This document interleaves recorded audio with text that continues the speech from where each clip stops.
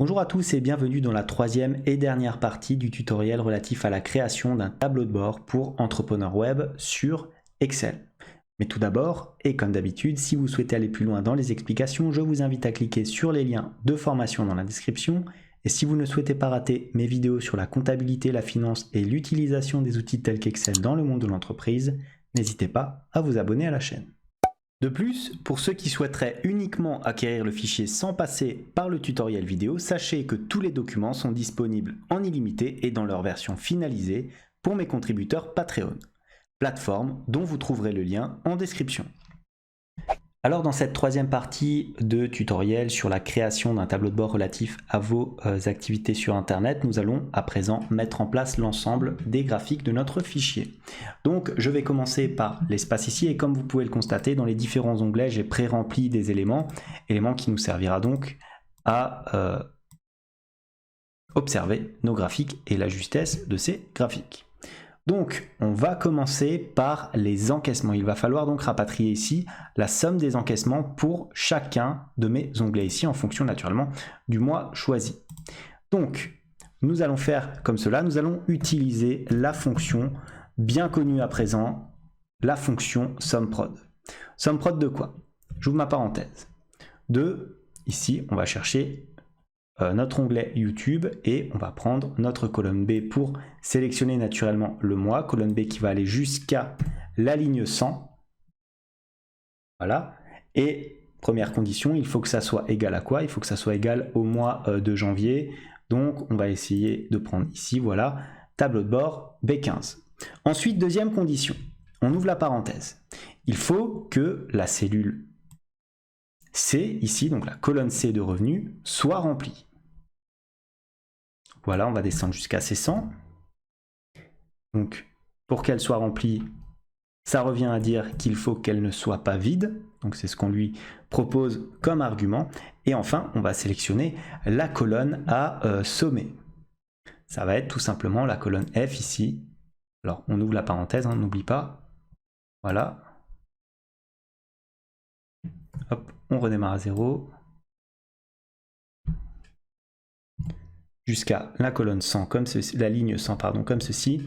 Je ferme en principe 2 fois la parenthèse, j'appuie sur entrée pour faire une petite vérif. J'ai 350 € d'encaissement sur YouTube au mois de janvier. Je vérifie, regardez, là le mois de janvier, revenu 350. Donc j'ai bien les différents éléments. Regardez, si j'enlève ici le terme, je me retrouve bien avec 0. Donc, il le prend bien en compte. On va mettre publicité. Voilà, une fois que j'ai fait ça, alors, première étape, je vais figer l'ensemble de mes matrices. Voilà. Voilà et voilà. Le mois, ça va rester. Ça sera ma variable lorsque je vais tirer ma cellule vers la droite. Une fois que j'ai fait ça, c'est très simple, regardez. Je vais copier la formule pour chacun de mes différents onglets. Là, ce qui est plutôt pas mal, c'est que comme on a standardisé les fichiers, il suffit de remplacer tout simplement. Alors, on va le faire une fois, 2 fois et 3 fois. On va étirer un petit peu ça. Voilà. Donc, on a YouTube. Ensuite, on a quoi? On a Instagram. Donc, on va taper ici Instagram. Voilà. Et là, on va additionner avec de l'Instagram, pareil. Voilà. Et là, pareil. Instagram. Ensuite, on va avoir quoi? On va avoir du TikTok. Donc, bien respecter l'orthographe que vous avez dans vos onglets. Donc, on est sur du TikTok. Voilà, pas de majuscule OT. Ensuite, pareil ici. Voilà. Et pour là, pareil.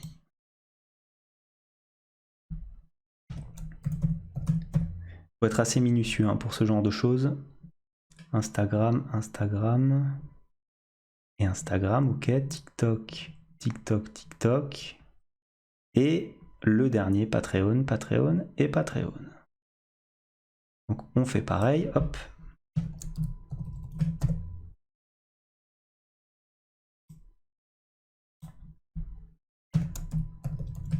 Patreon et enfin le dernier.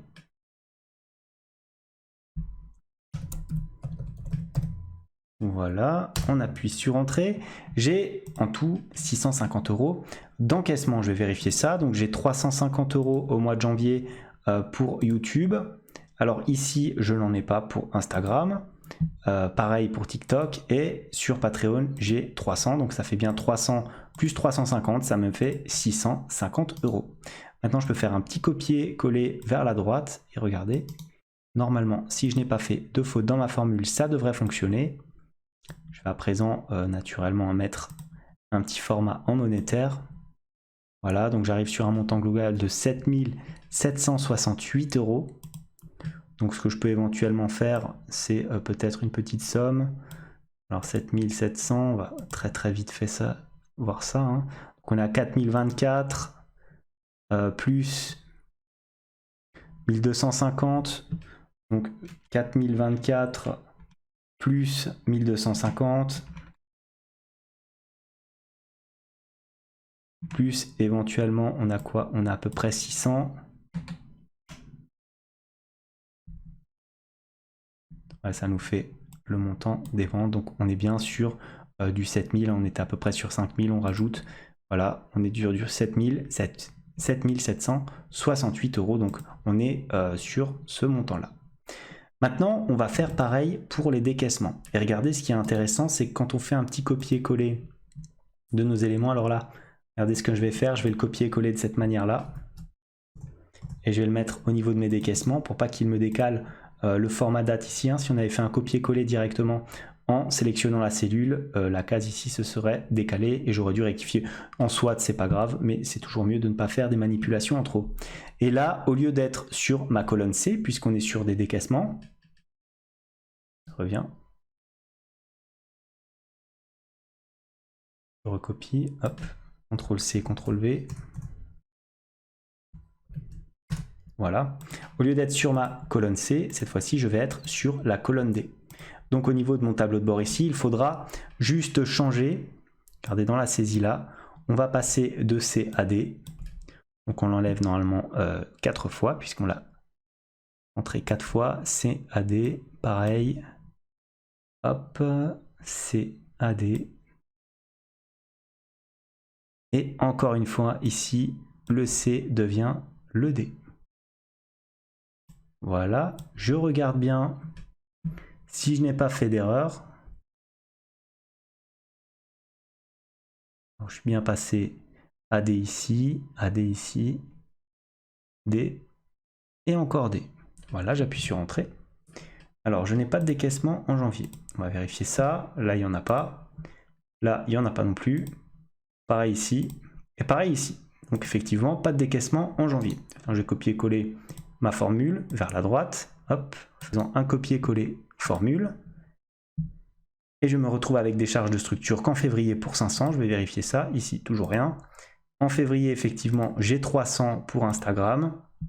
Et j'ai 200 ici pour TikTok. Donc, j'ai bien 500 € de charge. Voilà, donc ma formule fonctionne parfaitement. Hop. Maintenant, on va calculer le solde. Alors là, c'est très simple. C'est égal à quoi? C'est égal aux encaissements. Moins tout simplement les décaissements.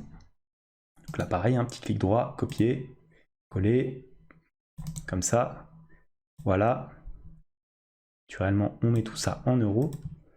Vous avez remarqué aussi que ça remplit automatiquement ici les charges sociales, ce qui est plutôt intéressant. Hein. Donc, c'est comme ça que ce fichier va se remplir. Voilà.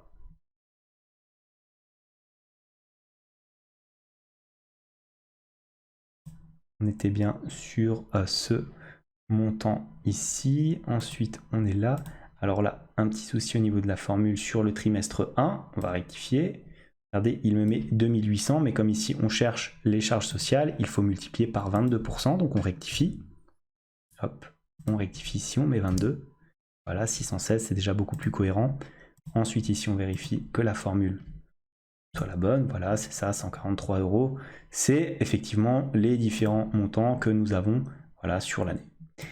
Maintenant qu'on a fait ça, on peut tracer notre courbe, disons, nos différentes courbes de trésorerie. Alors pour ce faire, je vais aller dans Insertion ici et je vais insérer différentes courbes de trésorerie. Alors là, on va rester sur finalement de l'extrêmement simple. Alors bon, bien sûr, on va changer hein, la sélection des données qui là est complètement fausse. Hop, voilà, on va aller dans sélection des données.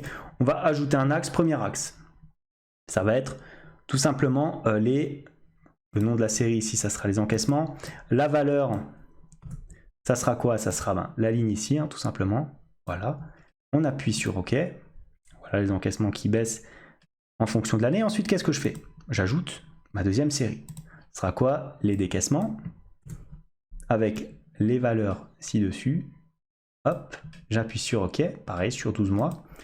Là encore. Ensuite, je vais ajouter encore une dernière courbe. Ça va être la courbe de trésorerie. Donc là, je vais mettre plutôt trésorerie plutôt que solde. Et je vais sélectionner l'ensemble de mes éléments ici. Voilà, donc toute la trésor. Hein. Hop, j'appuie sur OK. Regardez, c'est relativement intéressant de l'avoir comme ça. Après, on va la mettre en pointillé. Ensuite, on a quoi ici? On peut peut-être modifier les étiquettes de l'axe. Voilà, si on a les différents mois, c'est peut-être un petit peu plus propre, voilà, de l'avoir comme ça. On appuie sur OK, on appuie encore une fois sur OK. Alors, est-ce qu'on peut éventuellement, là maintenant, c'est vraiment à votre appréciation hein, de laisser ce que vous souhaitez dans votre graphique. Moi, ce que je fais souvent, c'est que j'enlève les axes parce que je sais à peu près quelle hauteur il y a. Hop, on peut laisser la légende, ça pose pas de problème. On va ici, voilà, on tire notre tableau, on essaye de cacher les différents chiffres. On baisse un petit peu ça, voilà, on le monte, on laisse les légendes. Vous pouvez un petit peu aller dans le détail. Hein. Et si vous le souhaitez, modifier l'ensemble des légendes. Le contour, on l'enlève. Là, on tire un petit peu le graphique au maximum, histoire que vraiment les points de janvier soient vraiment à côté ici du mois. Pour la trésorerie, alors qu'est-ce qu'on pourrait éventuellement faire dans la mise en forme? Est-ce qu'on va changer? On peut prendre... Alors, si on a éventuellement on a un trait qui est comme ça, relativement plein.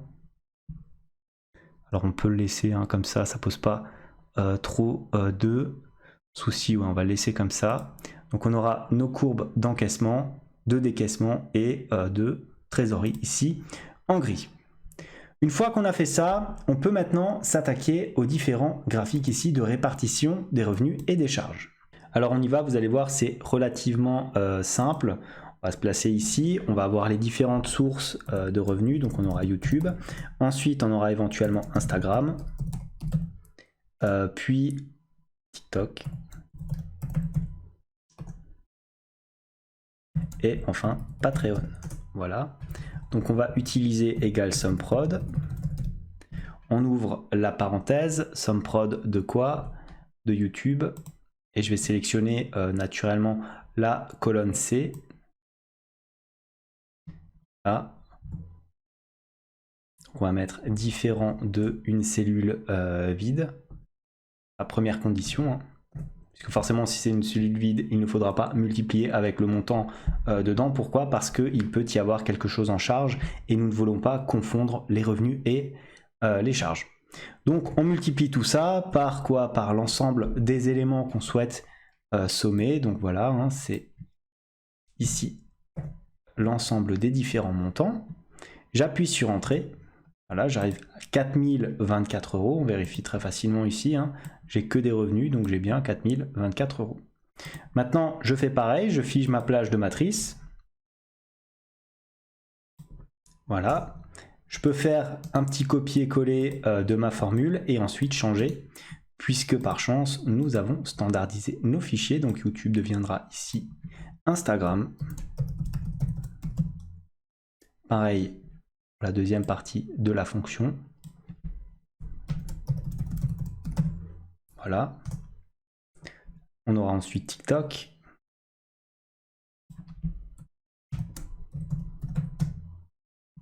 Et enfin, là encore, TikTok. Je le répète, hein, si vous avez d'autres réseaux sociaux, n'hésitez pas à les ajouter. N'hésitez pas aussi à changer les réseaux sociaux qui ne vous concernent pas. On vérifie TikTok. Alors, on a combien de revenus sur TikTok? On a 3 fois 200, donc 600. Ma fonction est juste. Et enfin, Patreon.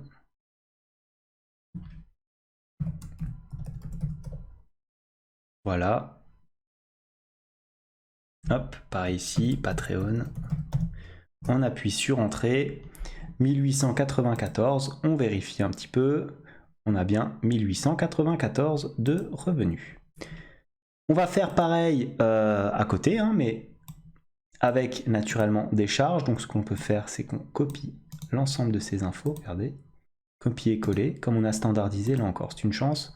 Ça nous permet, alors, au lieu de passer sur du C ici, on va passer naturellement sur du D, parce qu'on sera dans la colonne D, c'est-à-dire la colonne des charges. Donc on mettra un D ici. Voilà. On fait pareil à chaque fois. Et D. D. Et D. Encore une fois. Voilà. Donc on est sur du 500 € de charge en tout. Alors on a 300 € pour Instagram et pour TikTok 200. Donc voilà. Il nous rapatrie bien les bonnes informations. Maintenant qu'on a ça, on va sélectionner les différents éléments et on va insérer tout simplement un graphique. Alors là, on va prendre du graphique en secteur, vraiment très très classique. On peut enlever le titre, hein, forcément, puisque on n'a pas besoin de ça. Au niveau des couleurs, alors qu'est-ce qu'on peut prendre? Prendre éventuellement du gris, voilà, pour être un peu dans le ton du tableau de bord. Hop. Maintenant, ce qu'on va faire, c'est qu'on va l'insérer dans l'espace prévu à cet effet. Voilà, comme ça. Là, c'est de la mise en forme, hein, pure et dure. Voilà. Comme ça. Ensuite, on fait un petit CTRL-C, CTRL-V, on copie exactement le même graphique, sauf que cette fois, on va changer la source des données. On va dans sélection des données, hein, et on va prendre ici, alors on était sur de la valeur de série qui est comme cela, on supprime et on prend les valeurs ici.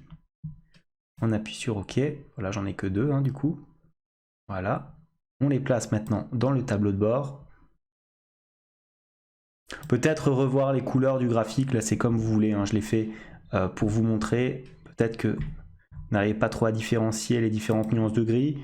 Voilà, de toute façon, ça c'est vraiment des gros détails.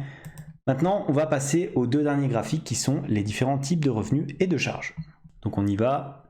On va avoir quoi? On va avoir l'ensemble des revenus que vous avez prévus. Donc on va avoir la publicité.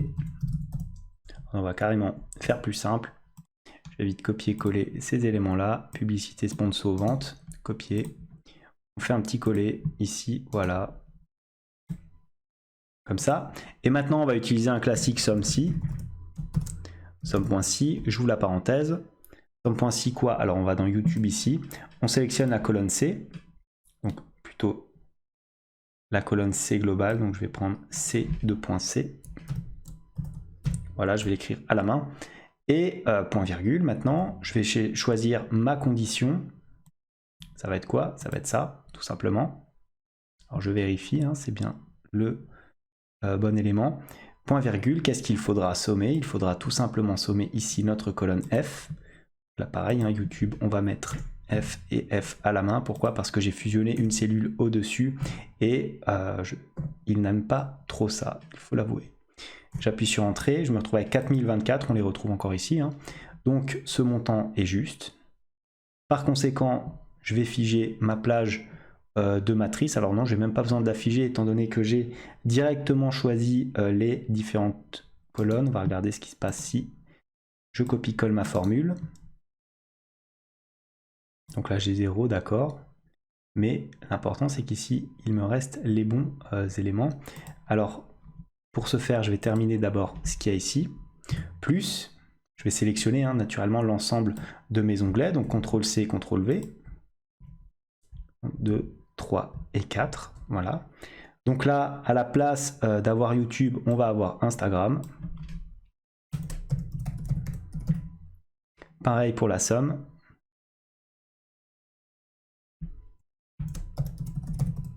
Instagram. Ensuite, on va avoir TikTok.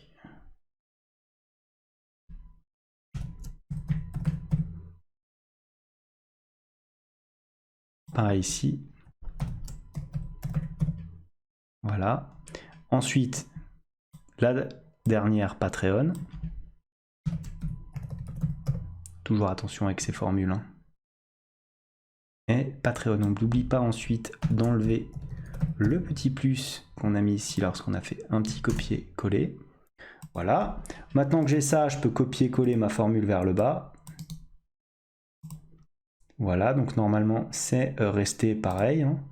Donc est-ce qu'on a du sponsor ici pour 1850 en tout? Alors est-ce qu'on peut le regarder ou est-ce que j'ai mis trop de choses? Alors 1850, on est sur du 1250 à peu près.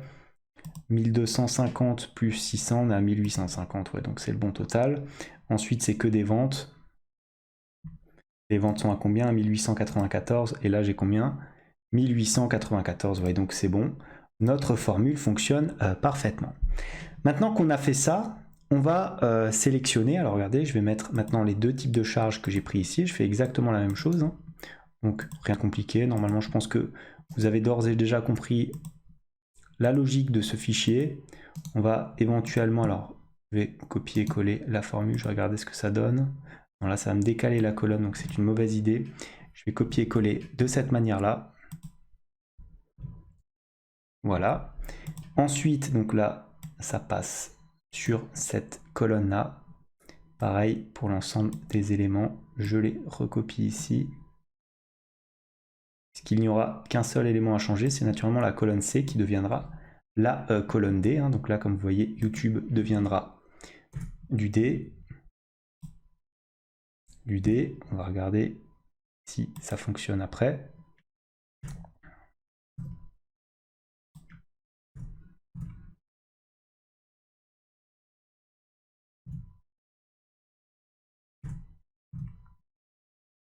Encore un. Le C devient le D. Voilà. Voilà, je vérifie un petit peu. J'appuie sur Entrée. Je me retrouve avec 500 € de charge courante. Alors ça, comme j'en ai pas mis beaucoup, on va vite pouvoir le vérifier. Donc j'ai 300 ici pour Instagram et 200 pour TikTok. Donc on est bien sur du 500. Maintenant, si je tire ma formule vers le bas, alors qu'est-ce que ça va me donner? Je me retrouve avec du 0 parce que je n'ai sûrement rien mis d'autre. Voilà, si maintenant je rajoute par exemple au mois d'août, ici on va dire allez, du matériel, tout simplement pour 500 €, admettons. Est-ce que là, ça va changer? Oui, vous voyez, on a directement les 500 € qui apparaissent ici. Une fois qu'on a fait ça, qu'est-ce qu'on peut faire? On peut naturellement faire un petit graphique comme tout à l'heure. Alors on va peut-être innover, on va faire un graphique cette fois-ci en barre 2D. Voilà, comme ça, c'est relativement pas mal. Est-ce qu'on met, on peut le mettre éventuellement en gris, comme ceci, enlever le titre du graphique. Alors est-ce que j'enlève le quadrillage? Oui, je peux l'enlever. Je peux laisser par contre éventuellement les différents produits. Je peux enlever peut-être cette barre là, voilà, et placer les éléments dans cette zone là. Voilà. Voilà, on va le laisser comme ça, on va faire un petit clic droit et enlever le contour comme on fait d'habitude. On va faire un petit CTRL-C, CTRL-V pour recopier les éléments graphiques et changer la sélection de données. Donc là, on va modifier tout simplement la valeur de la série. Alors, je ne suis pas sûr que ça marche en le faisant comme ça. On va regarder. Sponsor, publicité, non, ça ne marche pas. Pourquoi? Parce que je n'ai pas ici. Je dois modifier les axes aussi. Voilà. Courant matériel. Voilà, 500, 500. Donc, je me retrouve bien avec l'équilibre que j'ai là. Je le place à les dernières petites manipulations. Je le place dans le cadre prévu à cet effet. Et vous avez à présent votre tableau de bord pour influenceur qui serait naturellement dans ce cas-là soumis au régime de la micro-entreprise. Voilà tout pour ce tutoriel. J'espère qu'il vous a plu. Si tel est le cas, n'hésitez pas à liker la vidéo, à me mettre un commentaire de suggestion, à vous abonner à la chaîne si ça n'est pas encore fait. En tout cas, moi je vous dis merci et à bientôt pour un nouveau tutoriel.